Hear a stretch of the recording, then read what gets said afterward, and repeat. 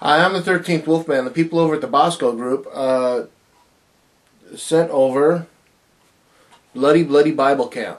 Yeah. This was very cool. This was like an 80s throwback. I know that a lot of people don't care for that kind of thing. They almost got the feeling right. There were a few things that it didn't quite feel like an 80s film to me, but the look was almost there. This movie has Reggie Bannister and his wife Gigi Bannister in it. Ron Jeremy shows up, and there was one other. Tim Sullivan. Yes, the director, Tim Sullivan.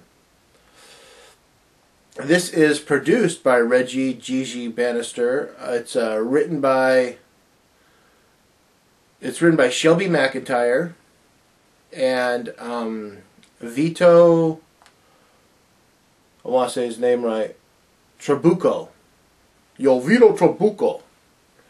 But yeah, Shelby McIntyre and Vito Trabucco both also produced it, and they both wrote it. And it's a very cool idea.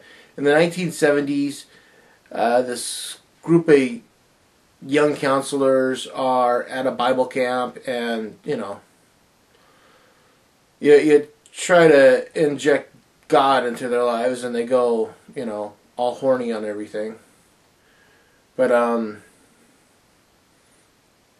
there winds up being some killings back in the 70s. And they closed the camp down, and then 7 years later, 7 or 8 years later, Reggie Bannister, Father Cummings, and his squad are showing up to look over the camp, and their church is thinking about buying the camp. And the killings start again. And yeah, it's kind of got a Friday the 13th. It kind of has that feel to it.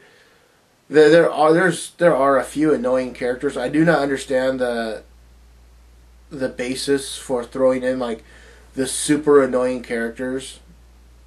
Just throw characters into a movie that are characters. They don't have to be super annoying, because when they are, I'm like, okay, I want that person to die first. I have no interest in seeing. Unfortunately, it's the person that's super annoying that lasts almost all the way through the film nowadays. So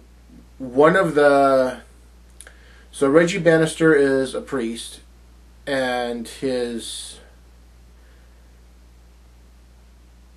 what do they call him? He's not a priest. He's kind of like an underfather. I don't know, but one of his aides, I guess I would say, is this one guy, and he's got the worst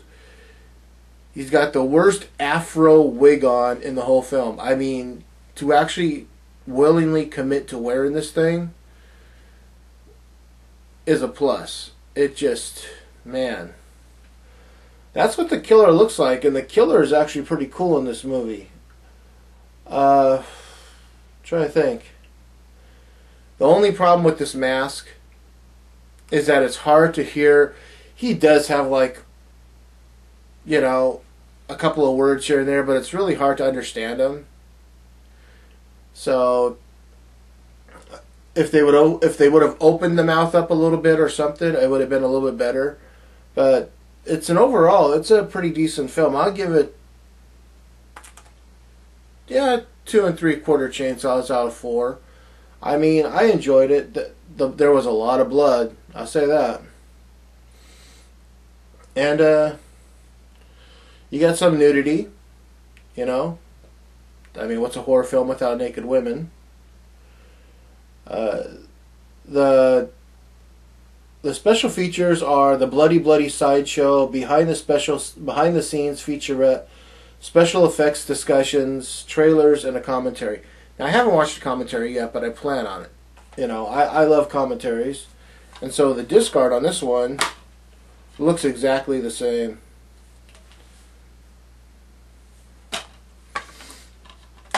But yeah, it's definitely a must-see.